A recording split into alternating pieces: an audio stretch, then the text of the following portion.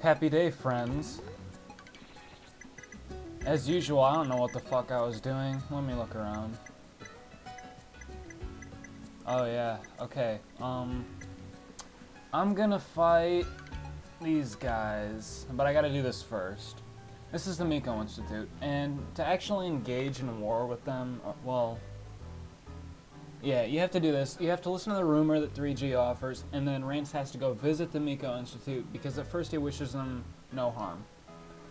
And then he sleeps with the Miko. He wasn't supposed to do that, but he does anyway.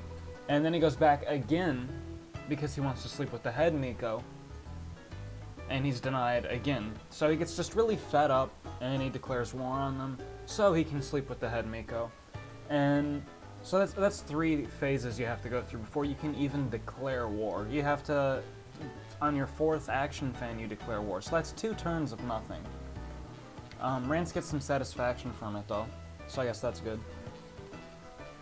And the Miko Institute is not really hard if you're quick. I mean, if you take them like that, they don't get a whole lot of troops. Their final castle battle gives them a 50% bonus, and they are the only group that has that. I don't know why, and it makes it really, really hard, unless you have some kind of a cheap thing. Obviously, I won't have any of those. So this may be rough, and it may not be doable. I have to see. No, it'll be doable. I've done it before with nothing remarkable available, you know? So I can do it, it'll just be difficult. I will not, however, struggle against the Miko Institute like I did Tokugawa. I hope. A lot of hope. In any case, once I'm finished with the Miko Institute, I am faced with Asaya Sakura or Uesugi declaring war on me. It could be either, I believe.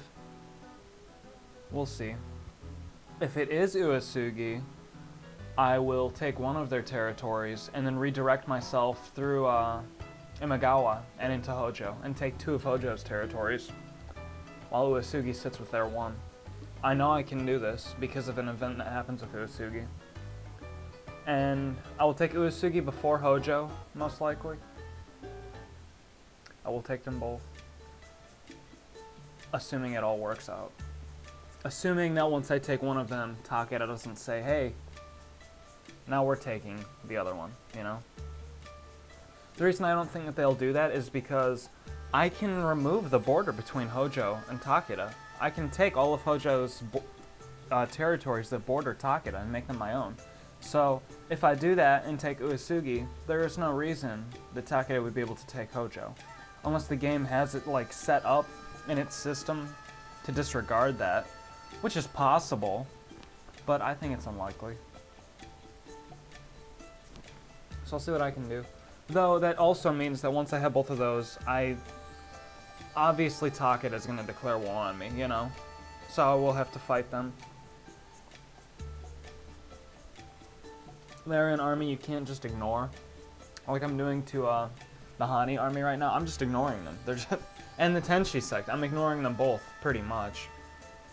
Which if I do that for too long, it will hurt me. But I'm not worried about it. It'll work out. It'll work out just fine. And I'm leaving this in here. This leads to an H scene, so I have to skip portions of it, but this is important.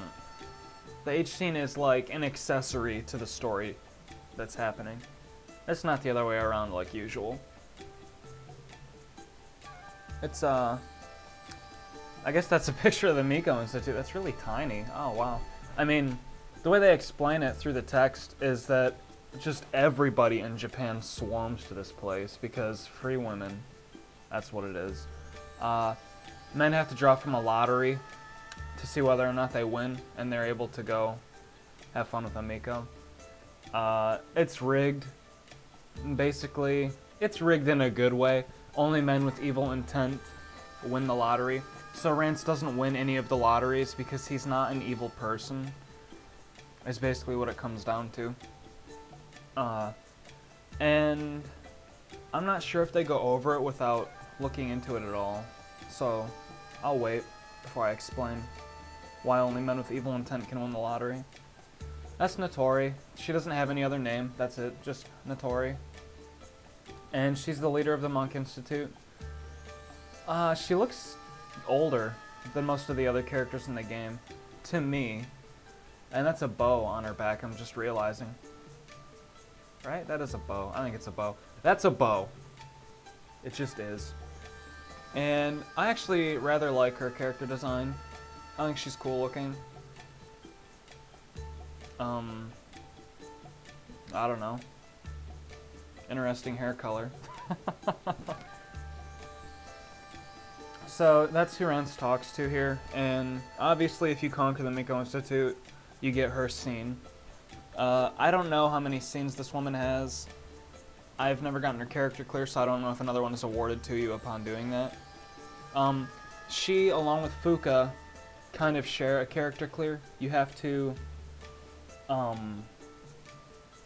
finish Orochi, the dungeon inside the Miko Institute, to trigger that. To trigger their character clears. And that was the H scene with the Miko. She's just a no-name person. Nothing really special going on there. And Rance gets satisfaction, thank God. And he's at 50 satisfaction, which means I get a third action fan. So it's no longer 2 actions per turn, it'll be 3. And that is so good. I mean, I shouldn't even have to explain why that's so good. It should be fairly obvious. Here's a little event here with Hojo. They have quite a few of these story dialogues. Good old Komatsu. Her scenes, are a little unique. Both of them have a specific requirement.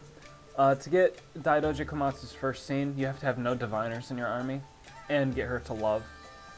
So, if you have Son in your army, you cannot get her scene, and Son is way more important than that scene and Daidoji put together. The other scene that you can get for Daidoji is if you capture her and leave her in your prison for a long time. I don't know how many turns it is. A bunch of people will riot. They want her to be released, all of her fans. She has a large fan base for some reason. I don't get that. She looks kind of like an idol, though, you know, like a stereotypical idol girl. To me. But they'll all want her released from prison, and Rance basically says no, and gives all of the men a strip show featuring her, all of her former troops, and then she realizes that none of the troops actually cared about her, they just thought she was hot. And then she is no longer a unit, she's just she's thrown into the Rance den, you know? Not the worst fate that can befall characters in this game, but scary. It's a scary world. I don't even know where he keeps all the women. You don't hear about them ever, except for the sporadic scene. Oh well. Yeah, I will be getting Daidoji. If I can capture Hojo, she automatically comes with it. I'll probably recruit her as well. Like I said before, I'm rather fond of her, but she isn't a really good unit. And that CG in the back is like related to Son and Hojo. It's like his room, his I don't know, his planning place. He sets a room up like that in Oda once you've had him for a while. It just follows him around. I mention that because some of the CG in this game is not unique. You'll see it reused constantly. This one is only used with Son, I believe. I'm not positive. And this is one of his few dialogues with Daidoji. He doesn't actually talk one-on-one with her very often. He talks one-on-one with Ran a whole bunch. But that's it. And you can see at the bottom there, another one of the ninjas from Iga joins another army. Oh boy. Oh, let's see. I don't actually know what's going on. Oh, the Hanis are attacking me, so Kenshin's come to my aid. That's what it is. I thought this would happen sooner than later. I didn't expect this to occur this late in the game. But that's what's going on here. The goddess of war, Uesugi Kenshin, has come to help against the Hanis. And this is good, I'm glad this is happening. You can see that she's just filed into your units there, and you use her like your own. You just don't keep her afterwards. I'll show you Maria. No, Senime does not need to go. Rance can go to increase his troop size. Suzume and Yamamoto. I guess I'll send in Senime so she doesn't freak out and leave. And it's Hanis. You don't need a guard unit, certainly. You don't need a guard unit. And they go for Maria, of course. Maria has high intelligence, so she's resistant to that, but not really resistant. And assassinating a Hani, my god. I don't know. It's not like you're going for their jugular. You can't tempt them sexually. They're just pot people. You gotta just outright kill them. Kenshin prays to Bishamanten, which is the Buddhist god of war, I believe. Don't quote me on that. There is also a guard unit in this game, jokingly, called Bishamanten. And he's, of course, in the Uesugi army. You know, that shouldn't be surprising. He has a huge troop size. And you can see Maria there. Look at her sprite, all of her troops. Obviously, the Tulip is one of the most expensive units in the game to recruit more of. You know? And you can see it was pretty strong there. But it really shines when you break up small units in the back, like Diviners. It just one-shots those, it plows through them. And it can actually take on guard units with their defense up pretty high and still do solid damage, you know? It's not like a warrior hitting it for 20. It's good. It's good damage going out. Eventually, later on, Maria can get an ability that uses 3 of her action flags and does maybe not 3 times damage.